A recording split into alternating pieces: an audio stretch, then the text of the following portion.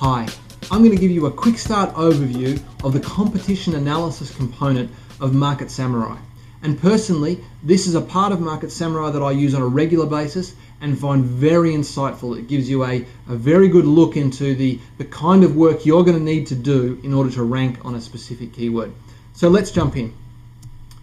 We're going to start using our dog training example, and this is assuming that we've found some keywords and now we want to look at what the front page of Google is like, what our real competition is like in terms of what we're going to need to do to rank.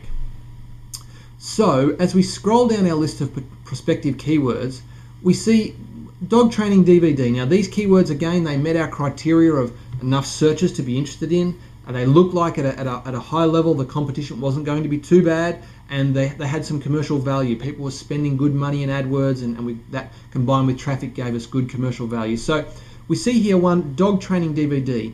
Now this is interesting purely for the fact that if, let's say, we're an information marketer, that would represent people looking to get potentially dog training DVDs. So we're going to have a further look at that, and we'll do so by clicking on this little key icon next to the keyword. Now the key will bring up another tab. We've got one tab with dog training. It'll bring up a second tab for dog training DVD. So let's click on the key, and it's going to take us straight into this second component down here, our SEO competition tab.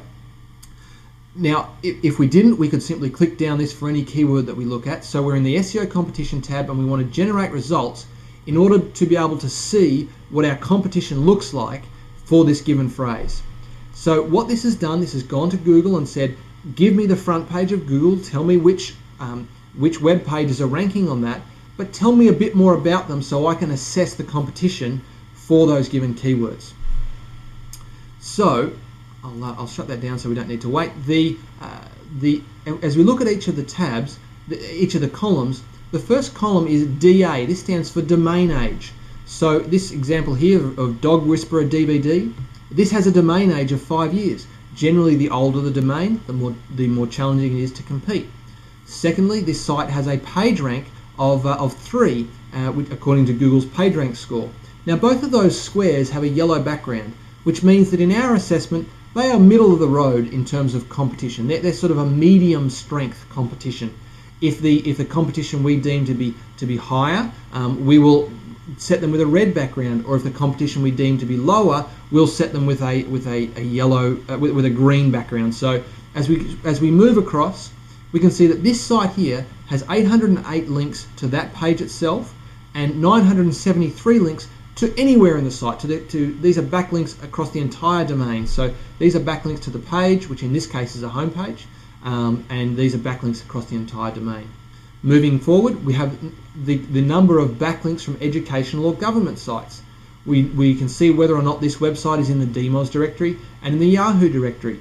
Typically, we see a correlation between being in those directories and achieving some degree of high ranking. So everything that we've discussed now are what we call the off-page factors. These are the things that happen outside of our website. These are how many other sites link to us, whether government sites link to us, whether we're in the DMOZ directory, the Yahoo directory, what Google thinks of us by way of PageRank, how old our site is.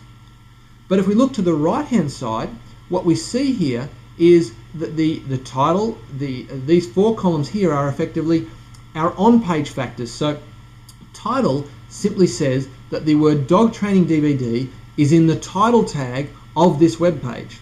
URL says is our keyword dog training DVD in the URL. Now, by that we also mean the page name or the directory structure. And so here, whilst dog and DVD are, dog training DVD are not in the URL for that example, so we get an N or a no in that column.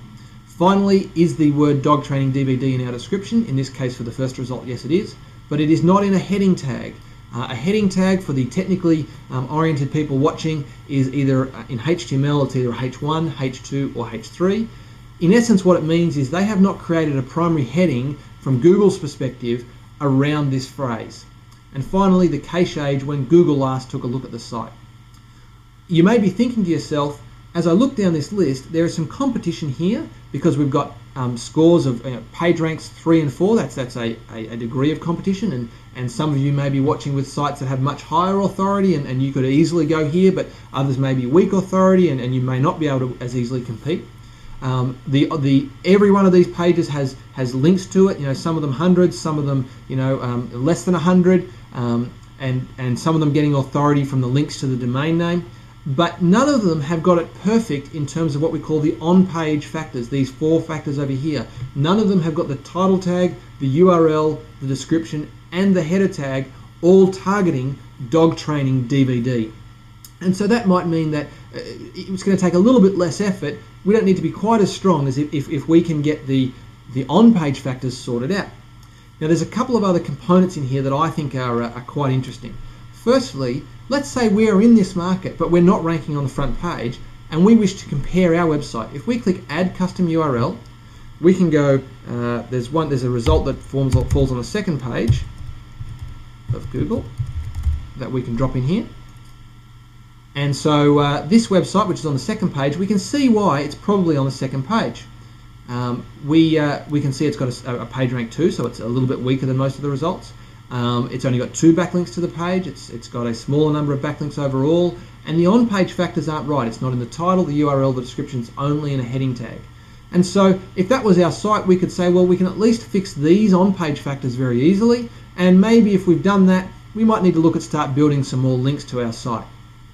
One last trick, if I can show you, is that the SEO experts watching this may be screaming and saying, Ben, it's actually not just the number of links to your website, it's actually the quality of those links. And so what we can do is if we pick this little drop down arrow here, let's say for this example at position number 6, it's got 22 backlinks to this page that's ranking in that slot. We can press the little drop down arrow, and if we press the PR analysis, it's going to take those 22 links and tell us a bit more about them. So if we click PR analysis, on the 22 links, it's telling us that 16 of them are from sites with a 0 page rank, or pages with a 0 page rank.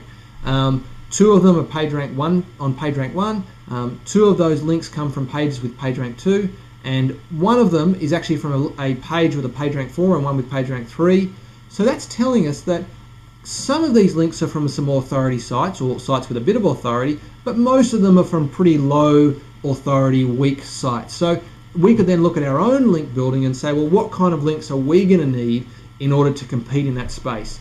In addition, you can also look at the text that people are linking back to your competitors on to see what the anchor text that people are using, and that if people are linking on the words dog training DVD, that makes those links more valuable. If they're linking on click here or other random phrases that are unrelated, then it's not quite as valuable. So I hope you'll see, if I close this up, that looking at this grid is a really powerful way to analyze your results. What we'll often see is things like a grid where, in some markets you'll see a grid where none of the pages have any real on-page optimization. They haven't got the keyword in the title, the URL, description, or the header tag.